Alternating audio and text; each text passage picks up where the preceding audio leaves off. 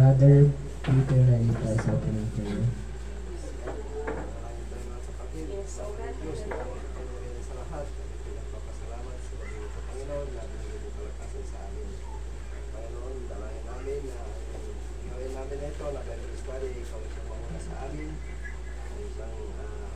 Sa amin at salamat po sa pag-inito ikaw na po siyang bala sa amin kung ano sa mga sa Panginoon Jesus. Amen. Amen. So, andito na naman tayo ulit mga kapatid at isang linggo na naman ulit ang nakalipas. And yun mga kapatid, let's, mga kapatid, ibigay natin yung time natin sa ating Panginoon ngayon, mga kapatid. And, yun mga kapatid, habang kinakanta natin ang kanta ng sabi ng Lord para lang, mga kapatid.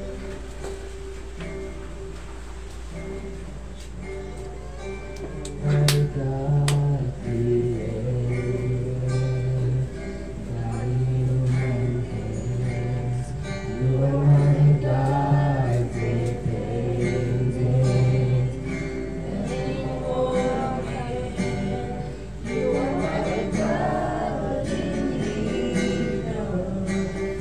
Thank you.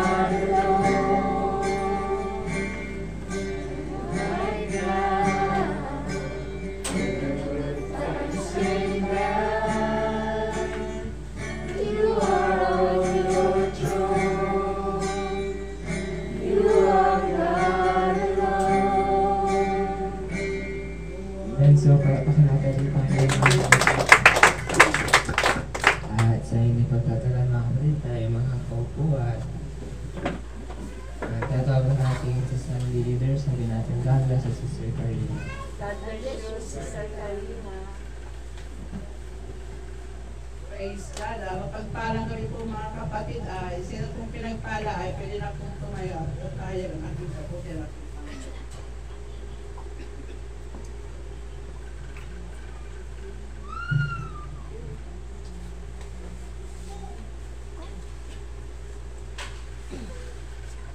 Praise the Lord. Ako nagpapasalamat sa ating Panginoon dahil napakabuti niya. Pumunta ako sa bayan kanina after ng kapatid. Sobrang lakas ng ulan, nasamasa po ako. Yung pag-uwi ko na parang nilalagnat na po ako. Parang masama na po yung pakiramdam ko. Pero salamat sa ating Panginoon. Hindi ako. Amen. Praise God. Praise God. Ako kunin ko din ang pagkakataon mga kapatid dahil balik school po kami ni Scarlett. Although naroon po yung paglalakad na naman mga kapatid, pero salamat sa ating Panginoon dahil nandun po yung guidance and protection niya at salamat sa kanya pong patuloy na pangunguna't bigay ng kalakasan mga kapatid at tunay na ang Diyos ay pag-ibig mga kapatid at tunay na siya ay hindi nagkukulang. Aking binabalik ang lahat ng papuri sa ating Panginoon. Amen. Wala na po yung kukunin pa rin magpasalamat sa Panginoon. Papasalamat po sa Panginoon dahil kahapon po pinuntahan po kami ng aking pamilya sa Ingayan, outing po ng work ng asawa ko. Ningatan niya kami kahapon kasi yung tricycle parang tumutunog-tunog na yung tricycle namin kahapon pero ningatan kami papunta doon sa pabalik ng bahay kaya papasalamat ako sa Panginoon at binabalik ko na pasasalamat sa Amen. Thank you mga kapatid. So, kukunin ko din po yung pagkakataon mga kapatid dahil yun nga mga kapatid, natapos na din yung klase namin. And 1 out of 7 na ako mga kapatid. 1 out of 7 years. So, mayroon pang 6 years mga kapatid bago matapos. Pero napapasama sa ating Panginoon dahil bigyan niya din ako ng strength and hindi niya ako pinabayaan sa studies ko mga kapatid. And yun mga kapatid, tumayin na po tayo at tatawag natin sa leader. Magandang gabi po sa ating lahat. Ating nabuhatagan ng masayang awit ng ating Panginoon sa ating sasabi. Pastor Mungay. Sa buhay ko, ako'y pagalian mo. Kahit saan ka man, ako ay susunod. Ang nais ko, luminig sa tingin mo. Kahit saan ka man, ako ay susunod. Sa kasulan mong pag-ibig, sa banayad na batid, kaso ng buhay ko ay tatagin. Parating man ang kalandukan, mananalig na manig. Kaso ng buhay, gagabay sa atin. Kaso ng buhay ko, ako'y pagparihan mo. Kahit saan ka man, ako ay susunod. Kahit nais mo'y luminig sa piling ko. Kahit saan ka man, susunod. Sa pastulan mong tahimik, sa batayan na batid, kaso ng buhay ko ay tatagin. Mamatid man ang kalulukan, mawawalin na balik. Kaso ng buhay, gagabay sa atin. Sa pastulan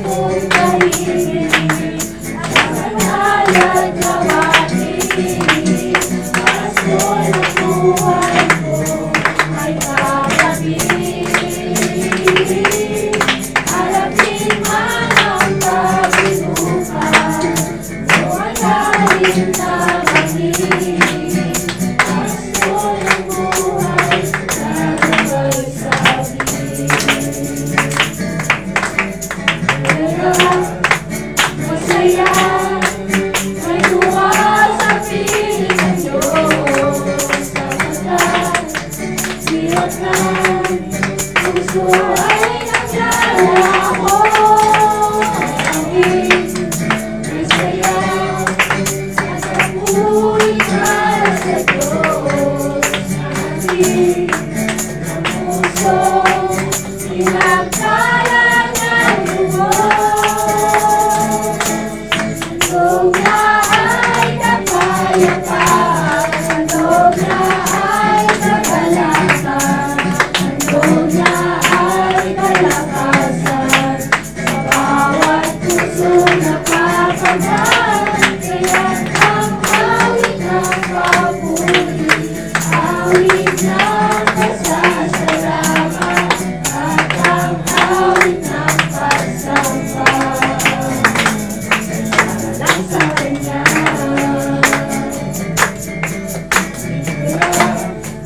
May saya, may tuwa sa piling ng Diyos. Sapagkat hirap lang, puso ay naglalaho. Awit, may sayaw, ay nabuhay para sa Diyos.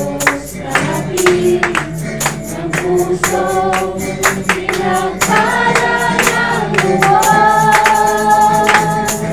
Handog na ay kapayapaan, handog na ay kagalakan, handog na ay kalakasan, sa bawat puso napapagaan. Kaya't ang awit ng papuri, awit ng pasasalamat, at ang awit ng pagsamba. Lang sa Kanya. Handog na ay kapayapaan, handog na ay kagalakan, handog na ay kalakasan, sa bawat pusong napapagaan. Kaya't ang awit ng papuri, awit ng pasasalamat, at ang awit ng pagsamba. Lang sa Kanya. At ang awit ng pagsamba. Lang sa Kanya.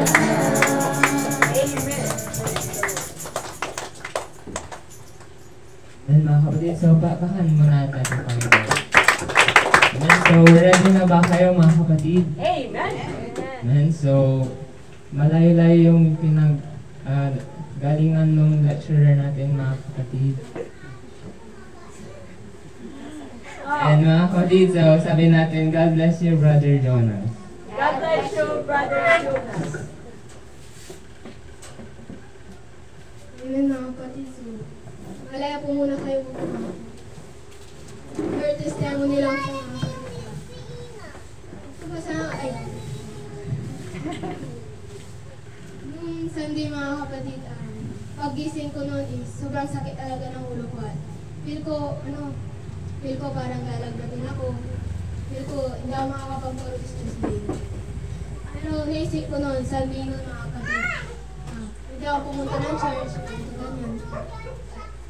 Good, so, talagang hindi ko, masakit na yung ulo ko, hindi lang makapunta ng church. Pero parang pinili ko pumunta ng church mga kapatid. Nung nandun ako sa church mga kapatid, yun, pagbukas ko ng pinto ng church is, parang naibas-masa na mga kapatid na. Sabi ko, ang lamig mga kapatid. Pero, mga kapatid, nagpapasa ako sa ating Panginoon dahil pagpasok ko mga kapatid, parang nawala yung sakit ng ulo ko mga kapatid. Yun, malaya na po tayo tumayo mga kapatid. Praise the Lord.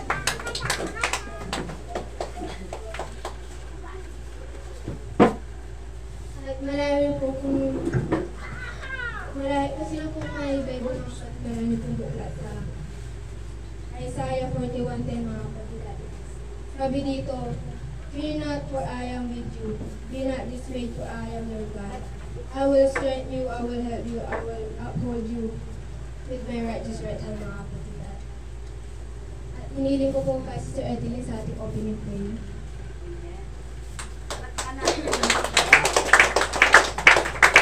Panginoon, sa kabutihan mo dahil kami pinagtipon po, Panginoon, kami mga anak mo, Lord, ang sa gabi ito, Lord, ay makarating po kami sa gawain dito at makamit po ng mga salita.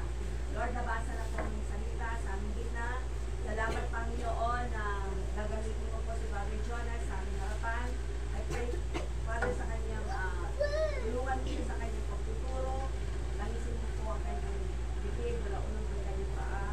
Lord, I pray, my God, use him for your glory. Help me, my God, magkalooban mo, my God, yun ang kanyang maituro, according to your will. At tulungan na rin po kami na makikinig. I pray, my God, dahil po kami patawarin pa ng kasalanan na kita po namin po sa ganon. Hindi namin po mahirapan sa salita mo. Samahin po ang Panginoon, open our hearts and mind na maintindihan na sa salita mo.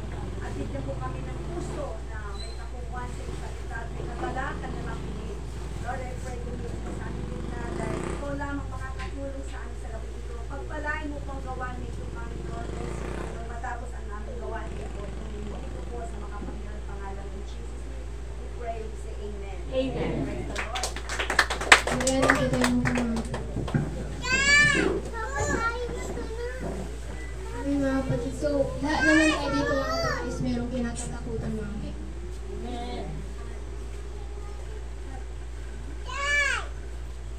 Ang title ko ngayon mga kapatid ay Fear Not the Judo. Yung mga kapatid, minsan, yung ibang mga kapatid is may mga phobia, takot sa height, ganun. Meron ako ditong 3 tips mga kapatid para malabanan natin ang takot mga kapatid. So, number 1 mga kapatid is trust God. Sabi sa Proverbs 3:5-6 mga kapatid, trust in the Lord with all thy heart and lean not to thy own understanding. And acknowledge in all your ways acknowledge Him and He will direct your path mga kapatid. Ang pagtiwala natin kay God mga kapatid ay kailangan natin sa pang-araw-araw mga kapatid. Dahil bilang Kristyano, kay God tayo kumakapit. Kay God tayo nagtitiwala mga kapatid. At lahat ng source is kay God ang magaling mga kapatid. Amen. Pag may problema tayo mga kapatid, kung natatakot tayo mga kapatid is, inilalapit lang natin ito kay God mga kapatid. At hinahayaan natin na siya ng bahala mga kapatid.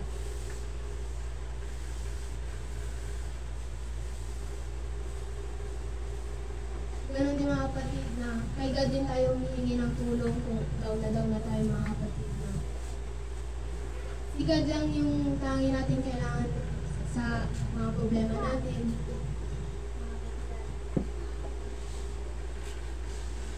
Pero sa buhay natin mga kapatid, hindi lang tayo magtitiwala kay God dahil kailangan natin siya. Hindi lang tayo magtitiwala kay God dahil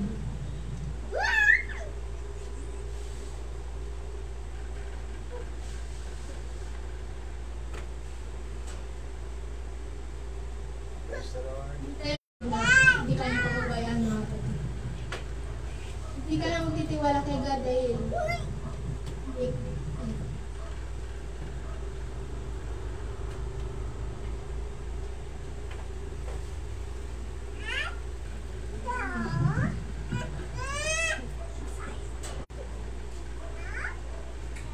mga kapatid, hindi lang tayo magtitiwala kay God dahil mayaman ka mga kapatid. Hindi ka lang magtitiwala kay God dahil healthy ka. Hindi ka lang magtitiwala kay God dahil may kaya ka, matalino ka mga kapatid. Magtitiwala ka kay God kahit anong mangyari sa'yo mga kapatid. Amen. Magtiwala ka kay God kahit nasa gitna ka ng problema, kahit bound ka sa utang mga kapatid. Again, nalala lang.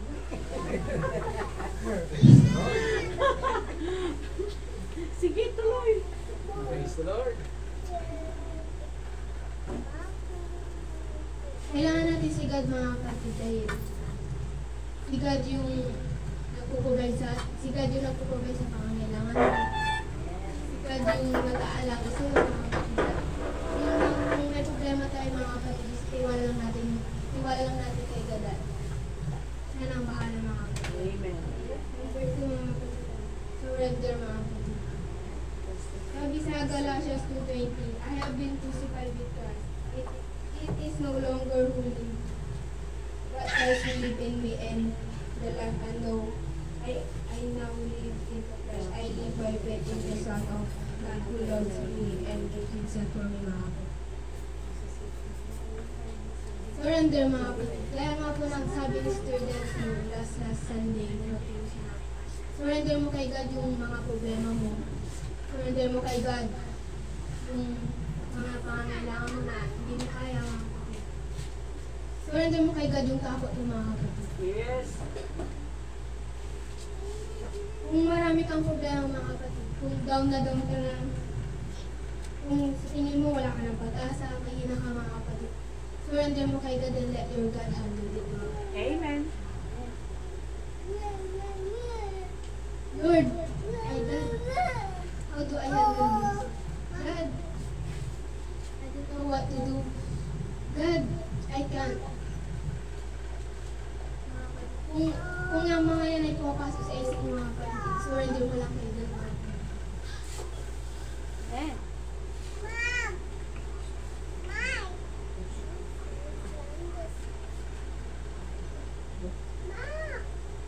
At pag surrender mo na kay God, mga kapatid, is huwag mo nang kunin, mga kapatid. Hayaan mo na si God na mismo dyan, mga kapatid. Pag surrender mo na is magiging okay na lahat, mga kapatid. Pangatlo, mga kapatid, get out on your comfort zone, mga kapatid. Joshua 1:9, be strong and courageous. Do not be afraid, do not be discouraged, for the Lord your God will be with you whatever you do. Kung nananatili ka dyan sa comfort zone, mga kapatid, kung hindi ka lalabas dyan, dyan mabubuo yung takot mo, mga kapatid. Dyan lalaki yung takot mo. At mas mahirapan ka lumabas, mga kapatid. Do not be afraid to step out, mga kapatid. Kahit saan ka magpunta is nandiyan si God para sa'yo, mga kapatid.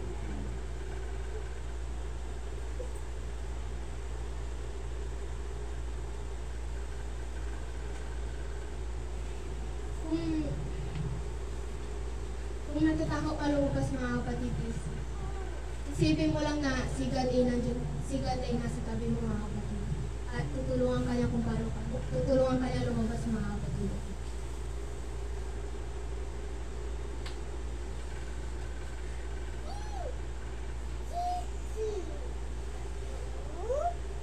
So yun, mga kapatid, and surrender.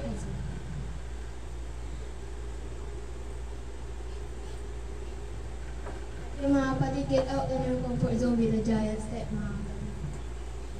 At kung nakalabas ka na dyan sa comfort zone mo, mga kapatid, huwag ka nang bumalik, mga kapatid. Huwag ka nang bumalik, don't turn in back, mga kapatid.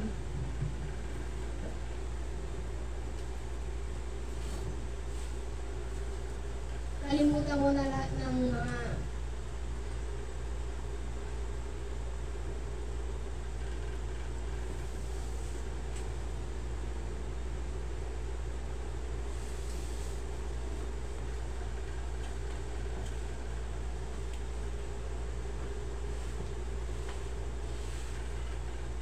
at huwag kang huwag kang matakot na magkamali, mga kapatid. Dahil sa pagkakamali, mga kapatid, diyan ka matututo. Diyan ka lalabas, mga kapatid. Diyan mo malalaman na kailangan mo pang focus, mga kapatid. Diyan lang mo, mga kapatid. Amen.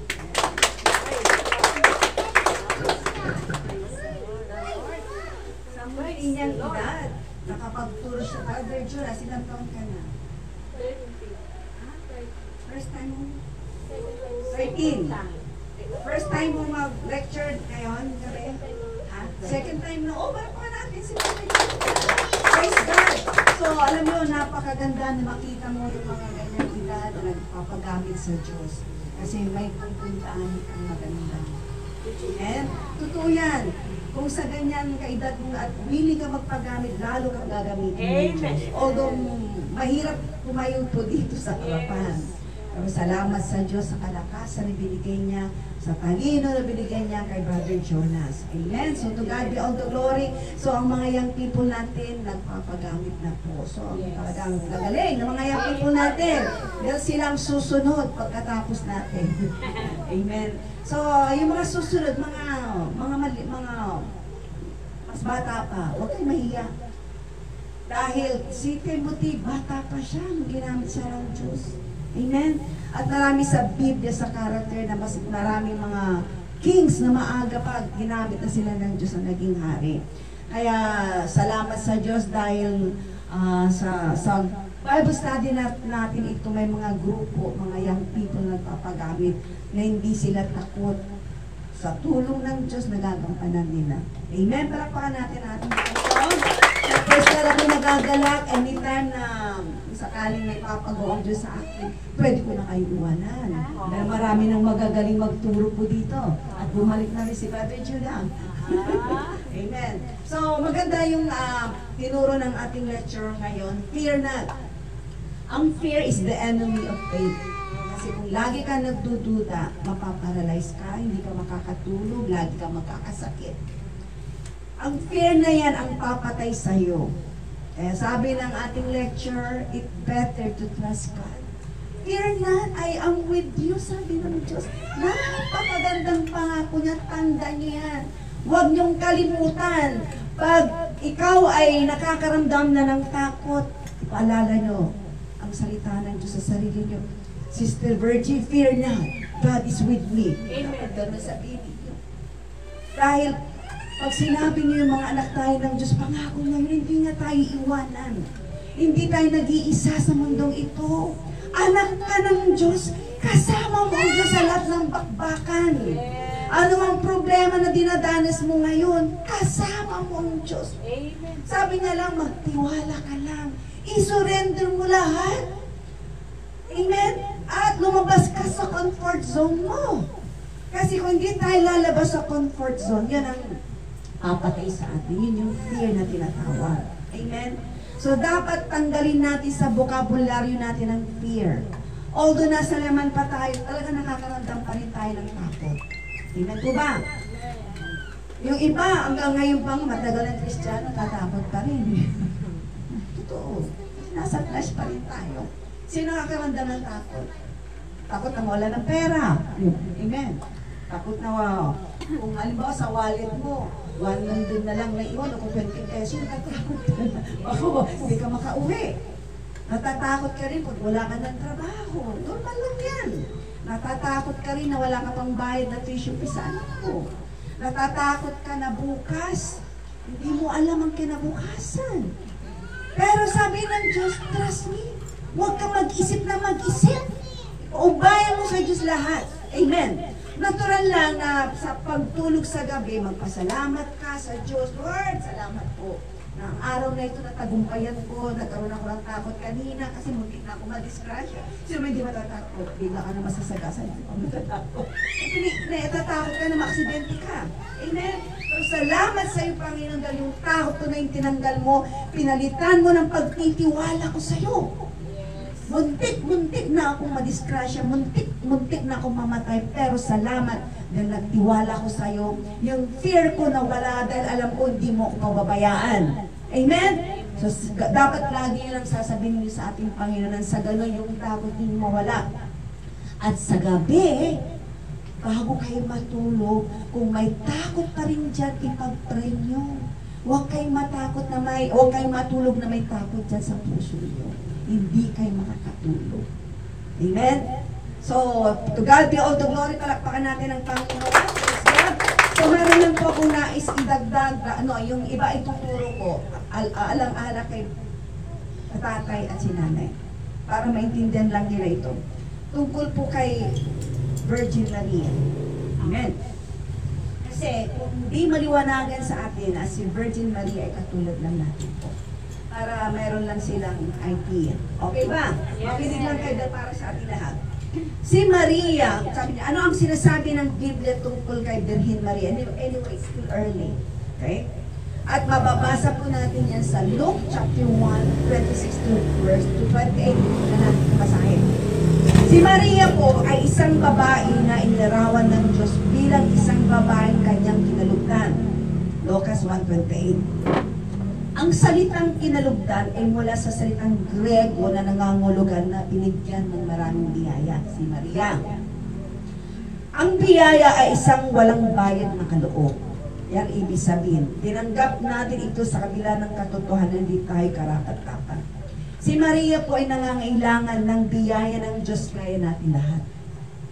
Naunawaan ito ni Maria gaya na sinabi niya sa Lucas chapter 1, verse 46 to 47, at sinabi ni Maria, ang puso ko'y nagpupuri sa Panginoon at nagagalang ang aking spirito dahil sa Diyos ng aking tagapagligtas.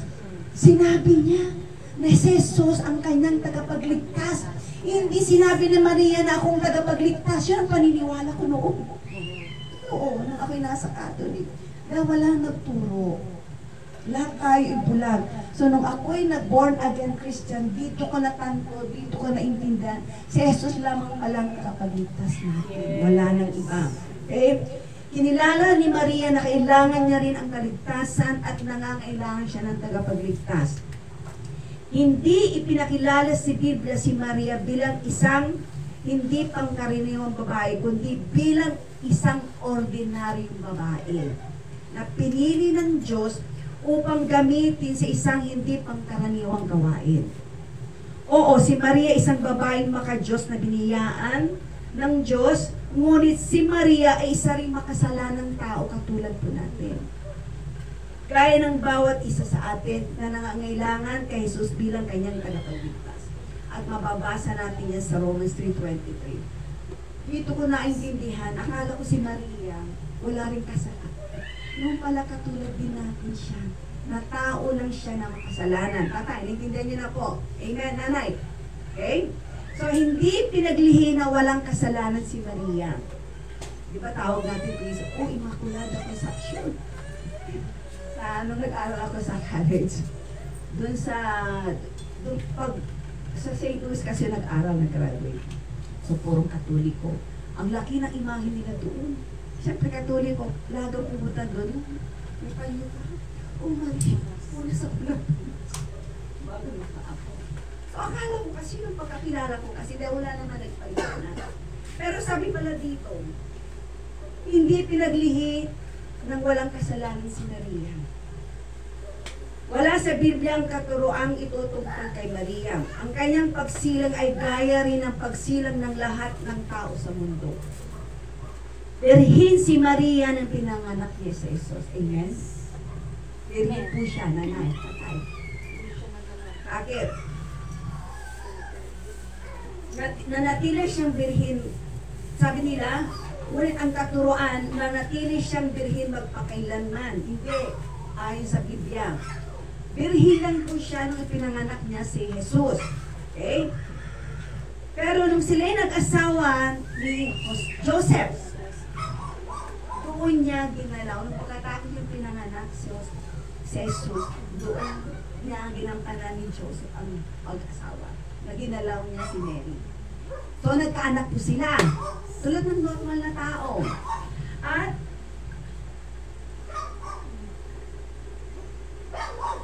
pagkatapos pinanganak si Jesus, nagkaroon ng iba pang mga anak si Jose at Maria.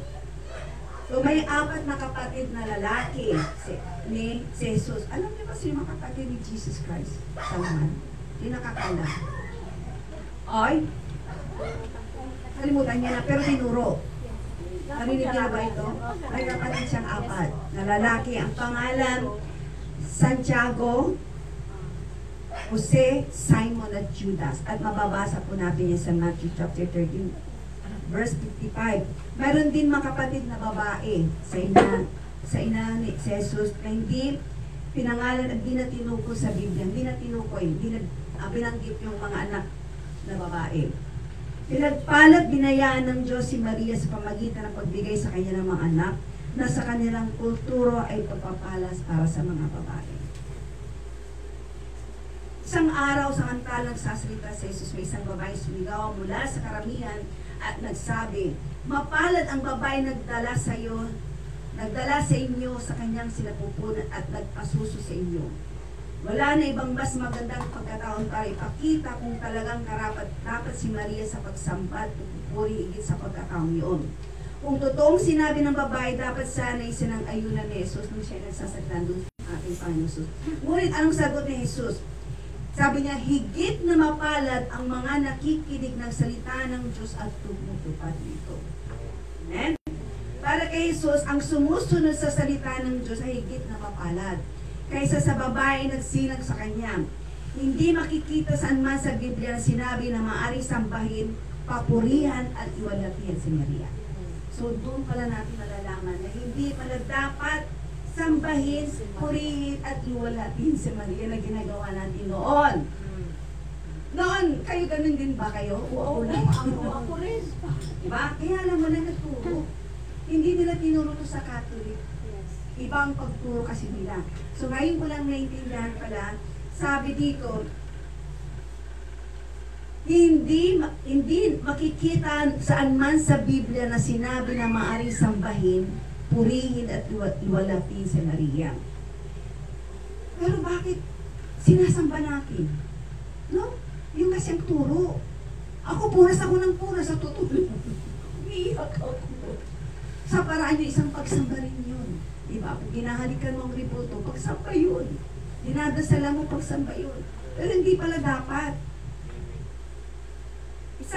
Isang kamag-anak ni Maria ni si Elizabeth ang pinuri si Maria sa Luke chapter 1, 42-44. Ngunit ang kanyang pagpupuri ay base sa katotohanan na magsisilang sa Maria kay Jesus.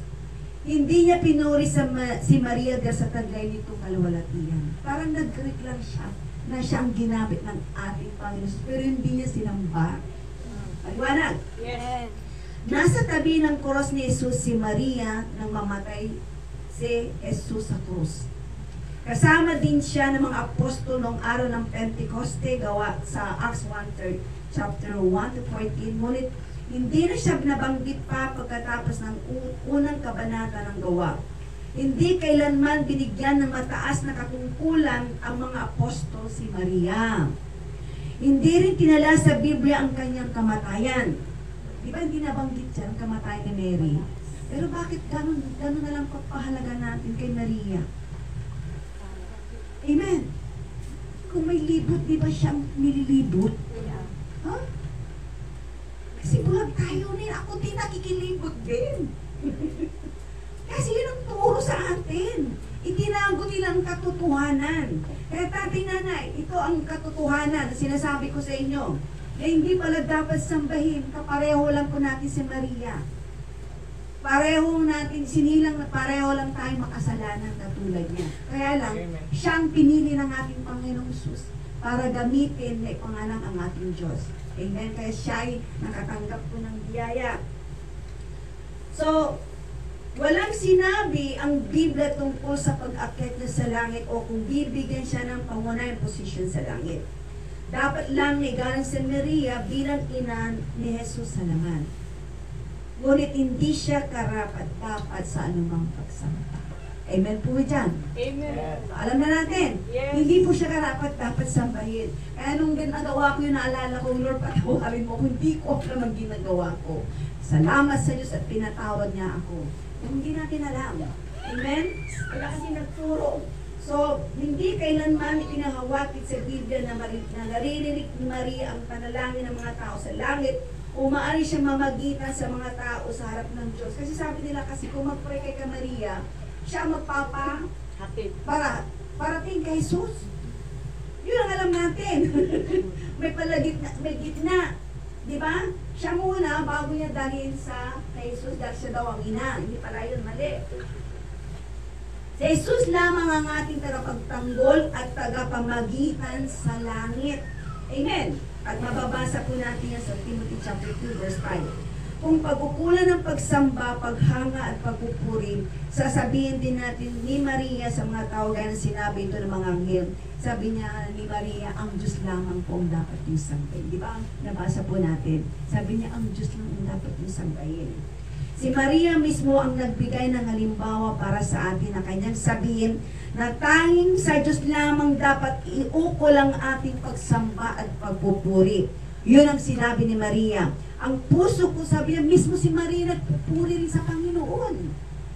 Ang nagagalak ang aking espiritu, sabi niya, dahil sa Diyos ng aking tagapagligtas, sapagkat niligap niya ang kanyang abang alipin at mula ngayon ako'y tatawagin mapalad na lahat ng silahit. Dahil sa mga dakilang bagay na ginawa sa akin makapangyarihan, banal ang kanyang pangalan. So mismo ang si Maria ang nagsabi na hindi ako karapat dapat sambahin. Ang karapat dapat sambahin lang ang Panginoong Hesus. Amen. Amen. So malinaw po ba? Yes. Tatay, ante. So naintindihan natin na hindi po siya karapat dapat sambahin. Dahil pareho lang tayo. Kaya lang siya lang ginamit ng ating Panginoon Hesus para ipanganak ng ating Diyos. Amen. So shall we stand? Any question? Ba't kayo nakatingin? Malabo. Ay, siya para dito. Ikaw, malinaw? Malinaw po? Any question? Tatay, nalatanong kita kanina, di ba? Mali rin pagkaunawa mo. Okay? So, huwag niyo na siyang sambahin. Nang sa ganon, yung pagsamba natin tunay, mararamdaman natin ang tunay na pagpapala. Kasi kung mayroon ka pang sa puso na ibang sinasamba, hindi mo mararamdaman ang pusensya ng Diyos. Kaya dapat itakpil mo na lahat yung alam mo noon. Kasi nakaraan na yun eh. Yun ang dati natin ginagawa noon. Ako ganoon din. Palasamba ako ni Maria, pero walang alam natutunan. Hindi naririnig ng Diyos ang prayer ko. Hindi nakakaabot yung pagpupuri ko. Kasi siyang pinupuri ko eh. Di ba lumuluhod tayo? Umiiyak-iyak tayo, mahabulbul tayo kay Maria. Yung pala hindi niya naririnig dahil ribulto siya eh. Hindi siya Diyos. Hindi siya nakakarinig. May mata siya pero hindi kanya makita. Hindi nga siya pero hindi niya marinig yung daing mo.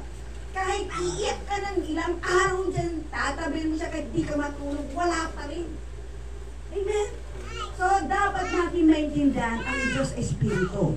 Sambahin mo siya sa Espiritu at katotohanan.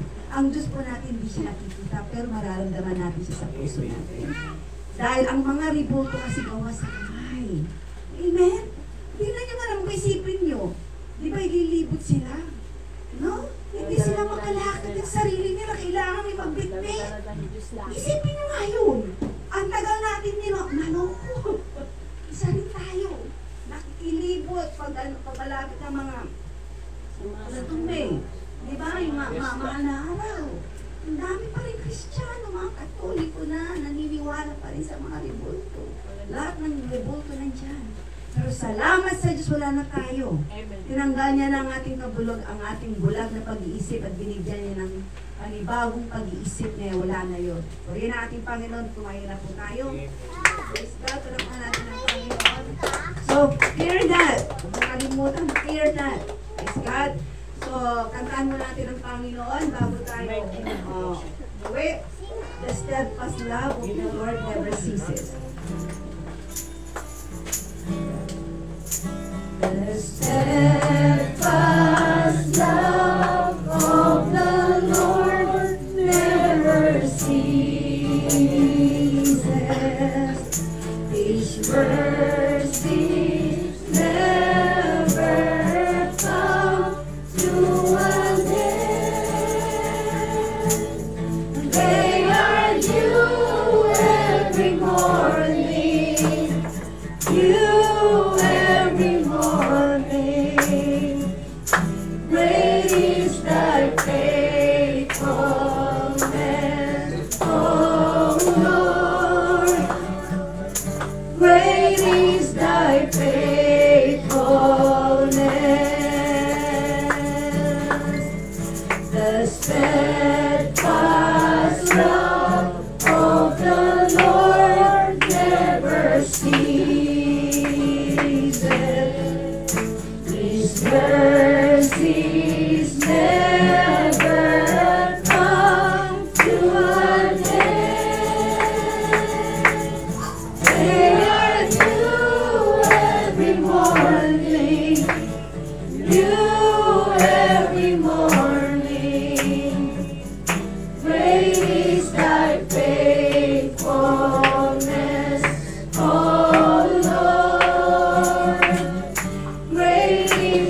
thy faithfulness. Amen. Let's sing together.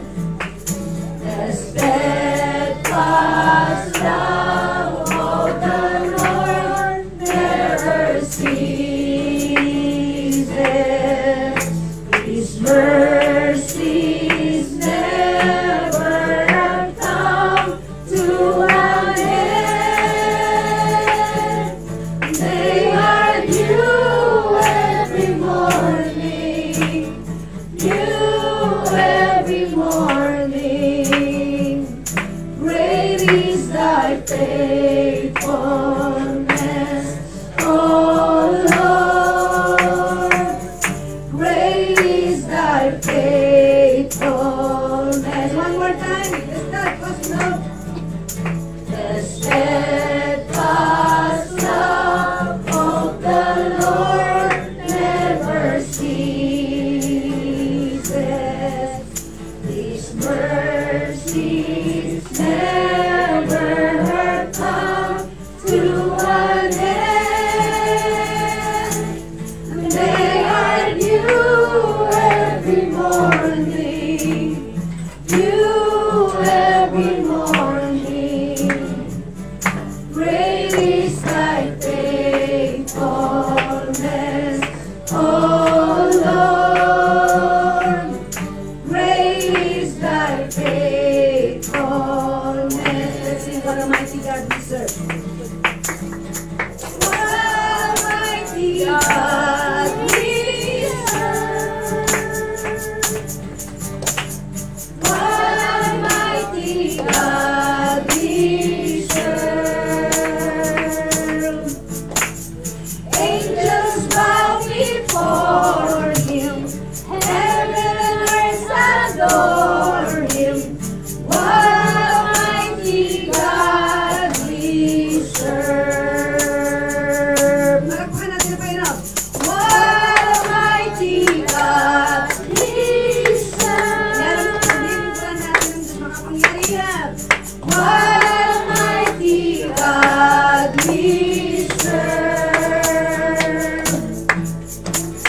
Angels bow before him, heaven and earth adore him.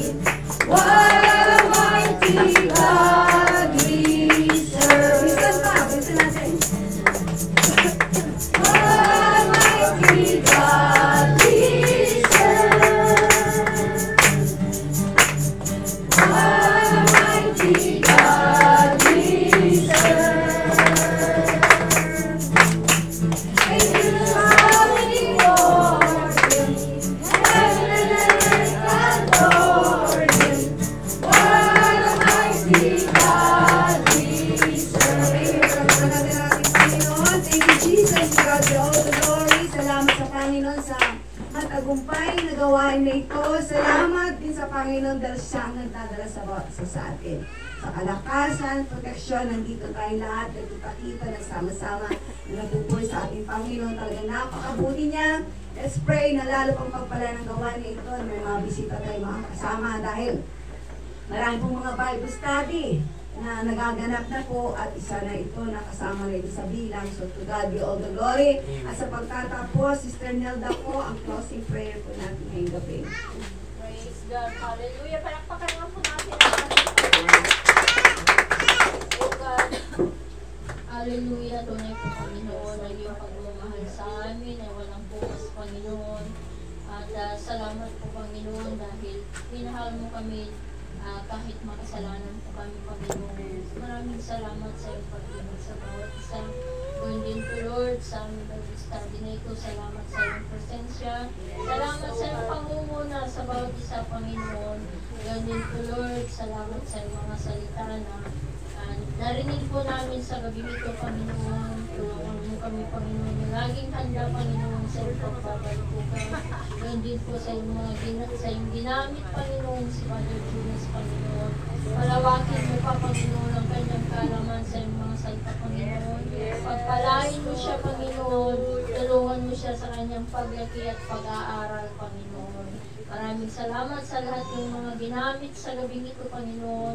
Ganding ko, Lord, sa bawat isa na narito nakinig sa iyong mga salita, patuloy mo buksan ang puso at isipan po namin, Panginoon.